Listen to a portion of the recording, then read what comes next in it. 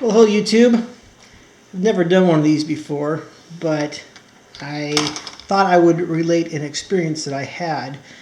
That I've watched just a few videos on YouTube. There's not a lot regarding people that have had laparoscopic inguinal hernia surgery reduction. My experience began several months ago when I noticed a bulge. A little internet research revealed to me that I probably had one. Finally went and saw the doctor, was confirmed, and 5 days ago I had surgery. When I had my surgical exam, the surgeon felt that I definitely had an inguinal hernia on my left side and possibly one on my right side, though she felt it was probably a possibility that I might have also had a femoral hernia on my right side, which actually was significantly bigger. She said it was a little odd place for inguinal and could possibly be femoral. Either way, the recommendation was for laparoscopic surgery, and I had that last Thursday. It's Monday morning now. My experience was I instantly started looking, after I had the consult, I began to look over the various YouTube videos of people who related their experiences. I must have read 50 or 60 different forum boards, every single page of people talking about their experiences. And a lot of them are still, a lot of the experiences that people related were more towards the open surgery. Probably less than half of them were laparoscopic. But there were several that had laparoscopic, and I did read the reviews and the stories that people put out there. They were kind of scary. The doctor mentioned I would be there'd be some pain and some swelling, things like that. And reading some of these horror stories that people wrote on the various forums was scary. People posted out there that they were taking just massive amounts of narcotic drugs and barely staying on top of the pain. The course of doing so, the narcotics caused constipation, which created more issues. I'll address that in a little bit, but lots of times these people are saying that even several months down the road, there's still a lot of chronic pain.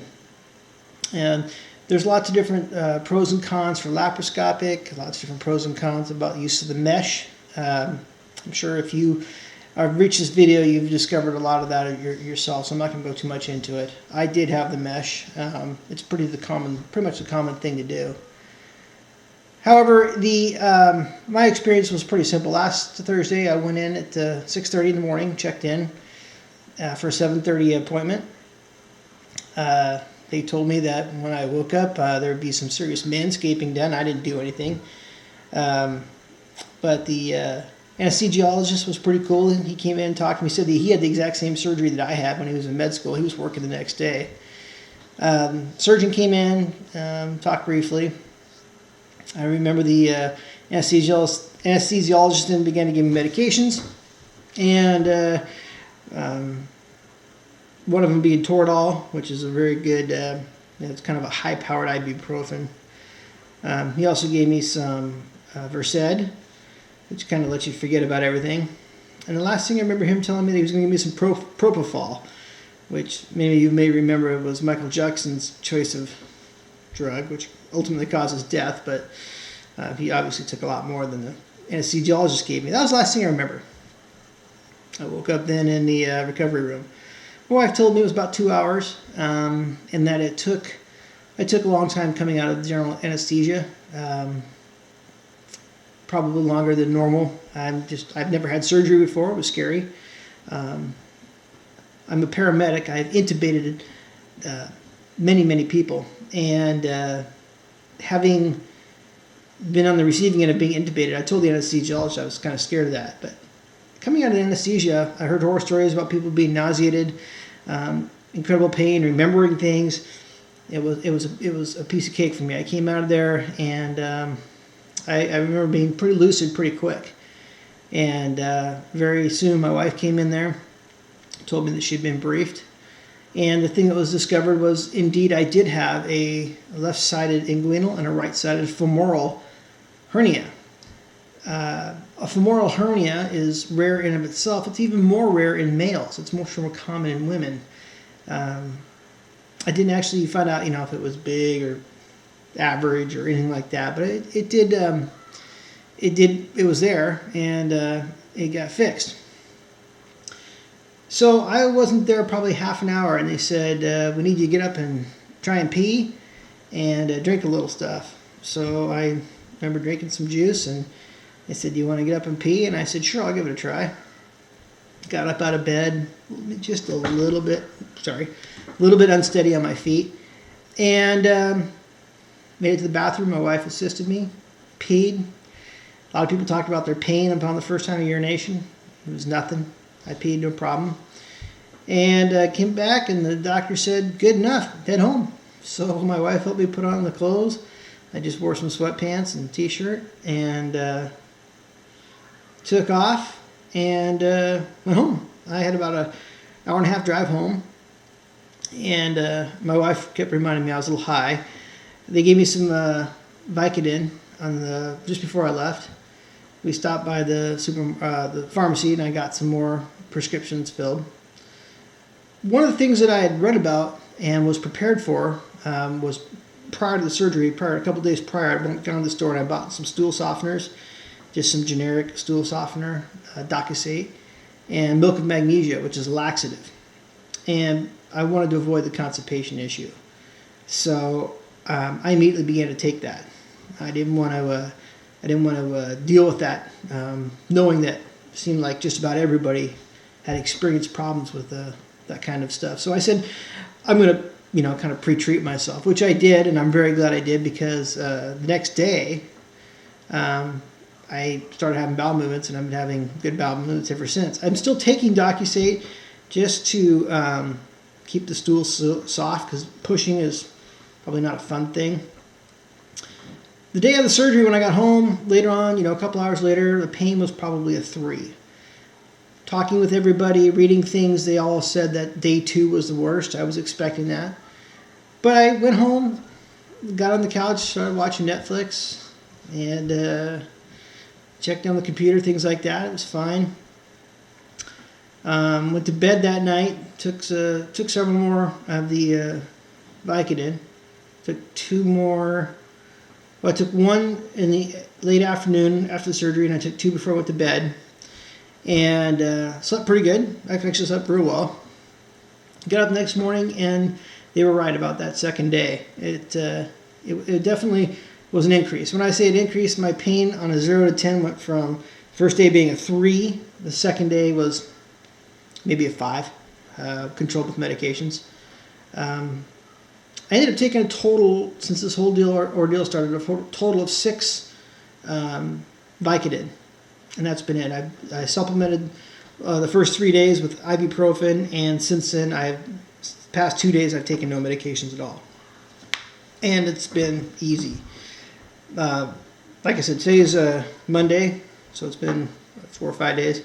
Thursday, Friday, Saturday, Sunday, Monday. It's 5 days since surgery, and my pain is a 1 sitting here, and a 2 maybe when I move around a little bit. It's nothing.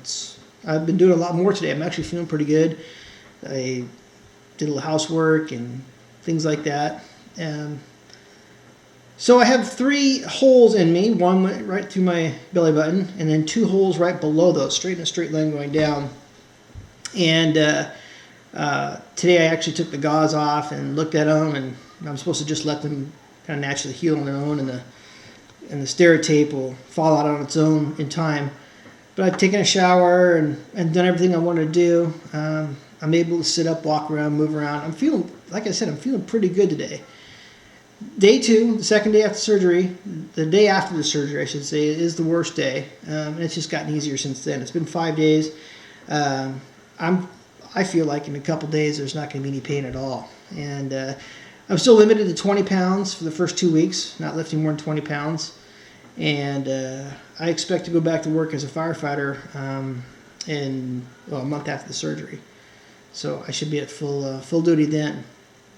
So these horror stories that you read about, that you hear on on that you watch on YouTube. It's simply, from my experience, it was nothing. It was real simple. It went very well. I was very impressed by the operation. I would tell anybody that my experience was a 10. I don't expect any problems down the road. If they do, I'll update the video. But like I said, day 2 was the worst. Pain about a 5 on a 10 scale, and that was controlled easily with the Vicodin. I'm still continuing to take the stool softeners just to make it easier to poop. You really don't want to push. It's kind of painful. And I haven't had any ibuprofen or any pain medicine since the 3rd day. The day yesterday and today, I'm not taking any.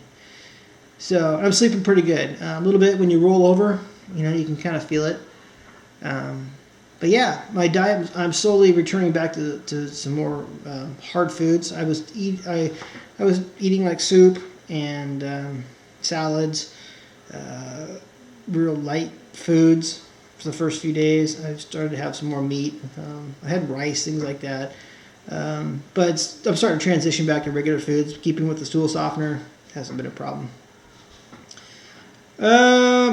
So that's really about it. I don't have anything else to tell you guys. I just want to let you know that it's I'm not gonna say it's a walk in the park, but it's certainly not as terrible as it's been made to sound like I've seen on other videos. It's the first time I've ever done one of these things. I'm not going to be a vlogger. I'm not going to do anything like that, but there wasn't too many laparoscopic inguinal hernia surgery videos out there, post-op videos. So I wanted to do one.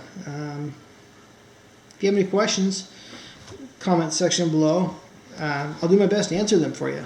And good luck to you. So that's it. Demographics: a 47-year-old male, professional firefighter.